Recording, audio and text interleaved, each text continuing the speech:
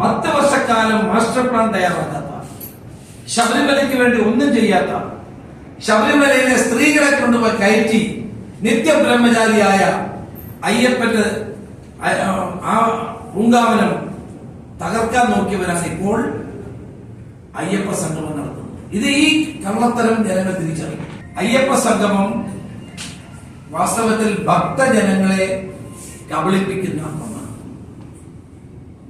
ശബരിമലയ്ക്ക് വേണ്ടി ഭൂമി നൽകിയതും സന്നിധാനത്ത് കുടിവെള്ളം എത്തിച്ചതും അവിടെ വൻതോതിലുള്ള പരിഷ്കാരങ്ങൾ നടത്തിയതും ഉമ്മൻചാണ്ടി ഗവൺമെന്റ് കാലത്താണ്.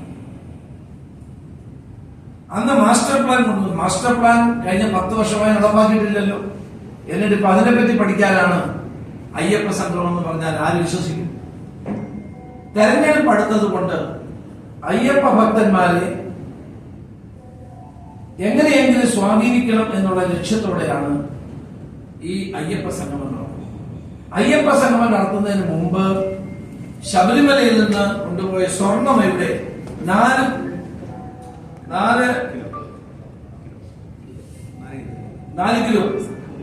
കിലോ സ്വർണം കാണാൻ പോയി. ബഹുമാനപ്പെട്ട ഹൈക്കോടതി ഗൗരവത്തിലെടുത്തിരിക്കുന്ന ഒരു വിഷയമാണ്.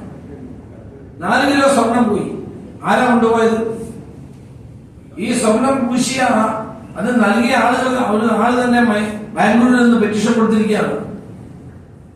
ആദ്യം സംഗമം നടത്തുന്നതിന് മുമ്പ് 4 കിലോ സ്വർണം ഇവിടെ പോയെന്നാണ് ആദ്യം പറയുന്നത്.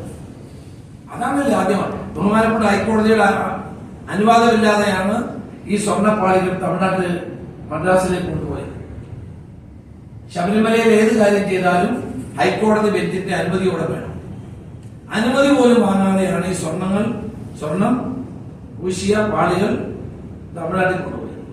എത്ര കൊണ്ടുപോയി എത്ര വന്നു ആർക്കും അറിയില്ല. അപ്പോൾ അയ്യപ്പനോട് നീതി കാണിക്കാത്ത, അല്ലെങ്കിൽ ഭക്തജനങ്ങളോട് നീതി കാണിക്കാത്ത ഒരു ഗവൺമെന്റാണ്.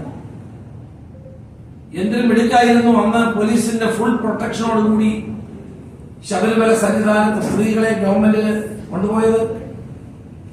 ആ ഭക്തജനങ്ങളുടെ വികാരങ്ങൾ ഇതുവരെ വ്രണപ്പെട്ട് തന്നെ നിൽക്കുകയാണ്. ഒരു സംശയവും വേണ്ട.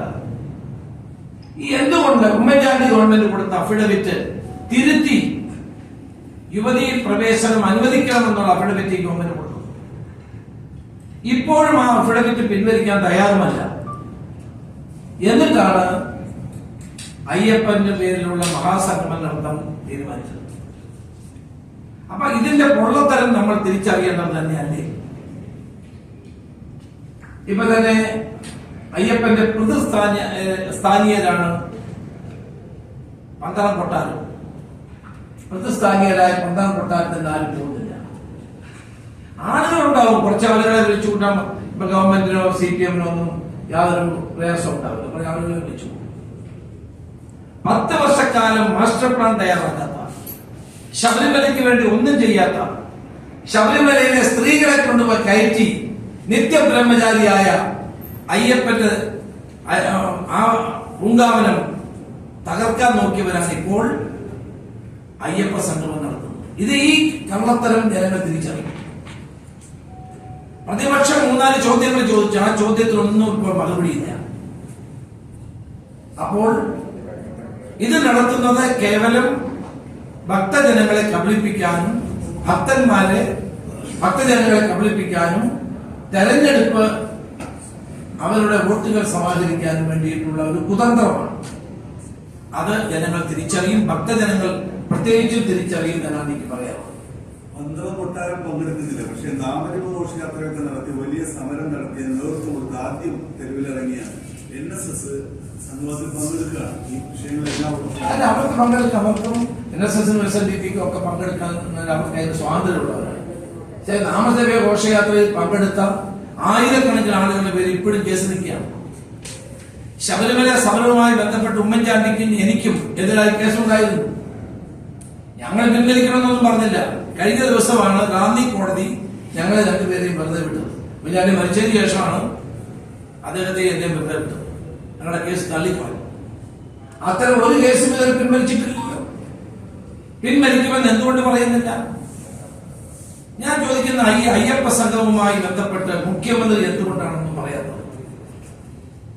ഈ സംഘം ഉദ്ഘാടനം ചെയ്യുമ്പോൾ സ്ത്രീകളെ ശബരിമലയിൽ കയറ്റിയ സുപ്രീം കോടതി വിധി ഞാൻ അംഗീകരിക്കില്ല എന്ന് പറയാൻ പിണറായി വിജയൻ തയ്യാറാകുമോ എന്നുള്ളതാണ് ഏറ്റവും പ്രധാനപ്പെട്ട ചോദ്യം.